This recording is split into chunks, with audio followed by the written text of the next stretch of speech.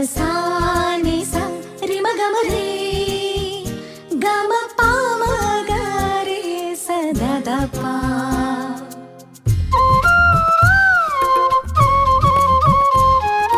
புல்வெளி பெய்யும் சாரலை போல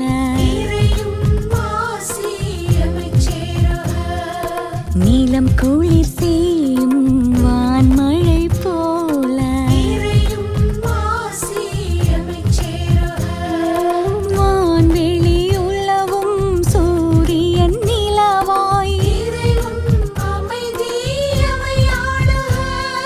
தானென நினையா படைப்பும் நிலமாய் ஆசியும் அமைதியும் அகம் சேரவே இயேசு கிறிஸ்துவின் மனநிலை வேண்டும். ஆசியும் அமைதியும் அகம் சேரவே இயேசு கிறிஸ்துவின் மனநிலை வேண்டும்.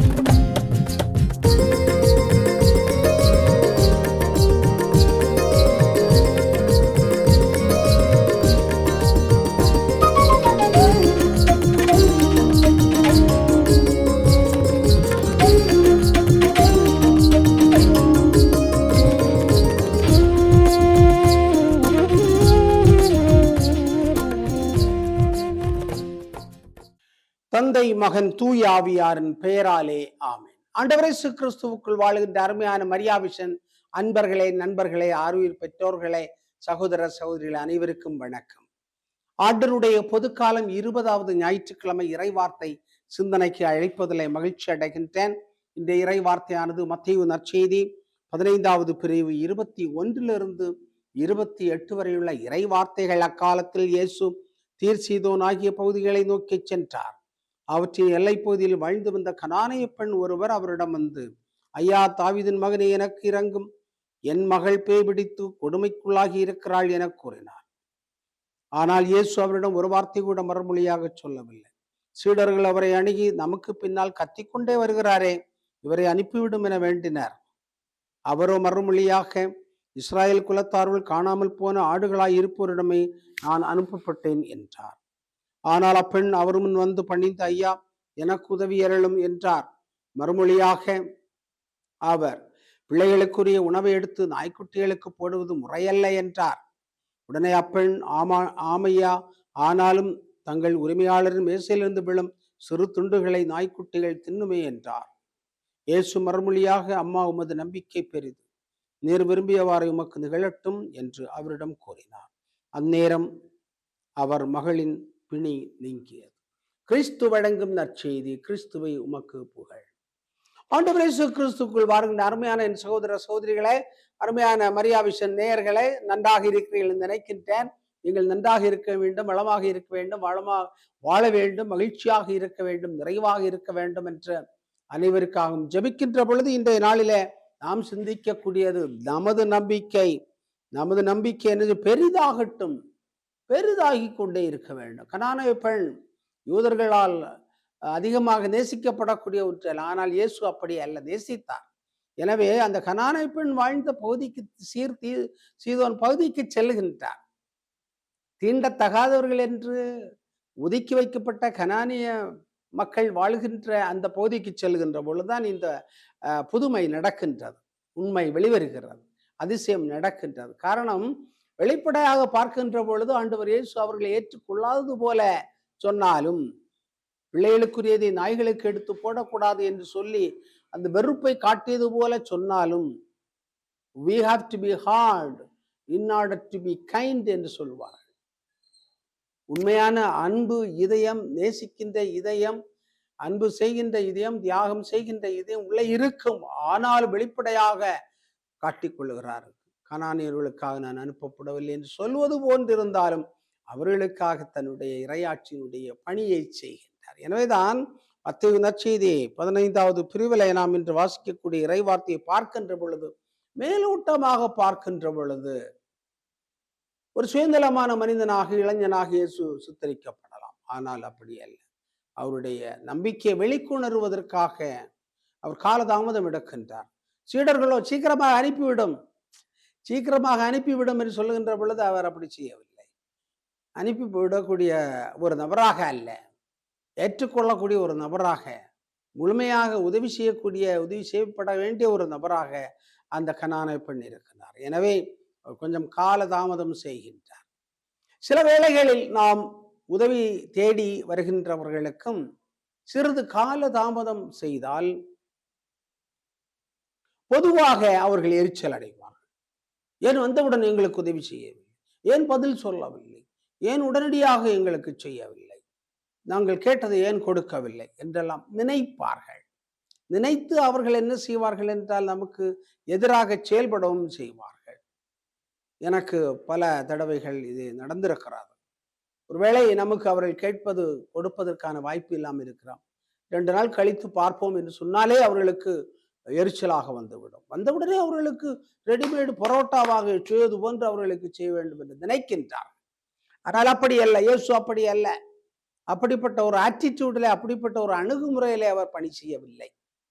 மாறாக பணி செய்கின்ற இடத்தில் ஒரு பாடத்தை கற்றுக் கொடுக்கின்றார், கற்றுக்கெடுக்க முயற்சி எடுக்கின்றார். எனவேதான் கால தாமதமாக்குகின்றார், கருத்துக்களை முரணாக பேசுகின்ற பொழுதும் அந்த பெண்மணி விடவில்லை. அதுதான் இன்றைய நற்செய்தியினுடைய மிக அருமையான அழகான ஒரு பகுதியாக இருக்கிறது. ஆண்டவரே, நாய்க்குட்டிகள் சாப்பிடுமே, எஜமானுடைய மேசையிலிருந்து விழக்கூடிய நாய்க்குட்டிகள் சாப்பிடுமே, என்னை நாயை போன்று நினைத்தாலும் பரவாயில்லை, எனக்கு இறங்கும், என்னுடைய பிள்ளையை காப்பாற்றும், நலவாழ்வு கொடும் என்று சொல்லுகின்ற விதத்துல தன்னை முழுவதுமாக அர்ப்பணிக்கின்ற, தாழ்ச்சியோடு சமர்ப்பிக்கின்ற ஒரு பெண்மணியை பார்க்கும். இதுல இருக்கக்கூடிய உளவியல் என்னவென்று சொன்னால், இந்த நம்பிக்கை என்று சொல்லக்கூடியது இன்றைய காலகட்டத்தில் பல்வேறு விதமாக பரிணாமம் எடுக்க வேண்டும். விடாமுயற்சியாக அது பரிணமிக்க வேண்டும், தியாகமாக பரிணமிக்க வேண்டும், குறிக்கோளாக வெளிப்பட வேண்டும், உழைப்பாக, உற்சாகமாக, தொடர் பயிற்சியாக, தொடர் முயற்சியாக இருக்க வேண்டும். எனவே நம்பிக்கை என்று சொல்லக்கூடியது ரெடிமேடாக பரோட்டா அடிப்பது போன்று நாம் கோயிலே போன உடனே, ஆலயத்திலே போன உடனே ஆண்டவர் அள்ளி தருவார் கொண்டு வருவது அல்ல. நம்முடைய உளவியலுக்குள், நம்முடைய உள்ளத்துக்குள் நாம் சென்று நம்மை நாம் அறிந்து, நமக்குள் இருக்கின்ற ஆற்றல்களை அறிந்து அதை வளர்த்தெடுக்கின்ற தொடர் பயிற்சி, தொடர் முயற்சி, விடாமுயற்சி, குறிக்கோள், அதை உறுதி செய்கின்ற தன்மைகள், தொடர்ந்து உழைத்தல் போன்ற காரியங்களை நாம் செய்ய கடமைப்பட்டிருக்கிறோம். எனவே நற்செய்தியிலே வருவது போன்று ஆண்டவர் இயேசு முதலிலே ரிஜெக்ட் பண்ணிவிட்டார், தவிர்த்து விட்டார், பிறகு செய்தார் என்பது அல்ல. இது ஒரு தொடர் முயற்சியாக இருக்க வேண்டும் என்பதன் ஆண்டவருடைய படிப்பினையாக இருக்க முடியும். இன்னும் நாம் உலகத்திலே கால்பந்து விளையாட்டை கண்டு ரசித்தோம், அவர்களை பாராட்டினோம், கைதட்டினோம். எவ்வளவு அருமையாக ரொனால்டோ விளையாடுகிறார், ஒரு அருமையாக மெஸ்ஸி விளையாடினார் என்றெல்லாம் மாணவர்கள் சொல்வார்கள், இளைஞர்கள் சொல்வார்கள், பிள்ளைகள் சொல்வார்கள். உண்மைதான். ஆனால் அந்த வெற்றிக்கு பின் இருக்கின்ற முயற்சி, விடாமுயற்சி, தொடர் முயற்சி, தொடர் பயிற்சி, தியாகம் போன்ற பல்வேறு காரியங்களை நாம் சிந்தித்து பார்க்கின்ற பொழுது இந்த கனானிய பெண்ணை போன்று வாழ்க்கையில போராடி கொண்டிருக்கின்ற ஒரு மனநிலை, உளநிலையை நாம் அந்த வீரர்களிடத்திலே பார்க்கிறோம். கால்பந்தில் மட்டுமல்ல, எல்லா விதமான விளையாட்டுகளிலும் அப்படித்தான். எல்லா விதமான திறமைகளை கொள்ளுகின்ற பொழுதும் அப்படித்தான். படிப்பாக இருக்கலாம், ஆராய்ச்சி செய்வதாக இருக்கலாம். 1000 முறை தோல்வியுற்று 1001வது தடவை வெற்றி பெற்ற தாமஸ் ஆல்வா எடிசனுடைய முயற்சி, விடாமுயற்சி, தியாகம், குறிக்கோள், தொடர் பயிற்சி, அதை ஆய்வு செய்தல், ஏன் தோல்வி அடைந்தேன் என்று ஆய்வு செய்தல் போன்ற பல்வேறு காரியங்களை ஆண்டவர் இயேசு சொல்லிக் கொடுக்கின்றார். கனானிய பெண்ணை பார்த்து உன்னுடைய நம்பிக்கை பெரிது என்று சொல்லுகிறார்.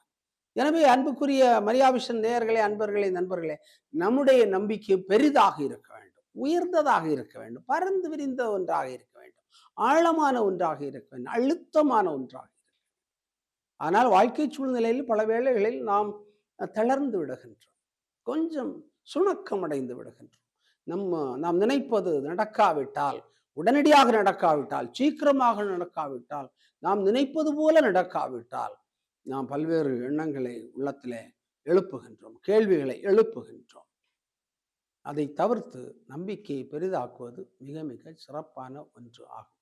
அன்பு, நம்பிக்கை, விசுவாசம், இந்த மூன்றிலே நம்பிக்கை தான் எப்பொழுதுமே நிலைத்து நின்று நம்மை வழிநடத்தக்கூடிய ஒன்றாக இருக்க வேண்டும்.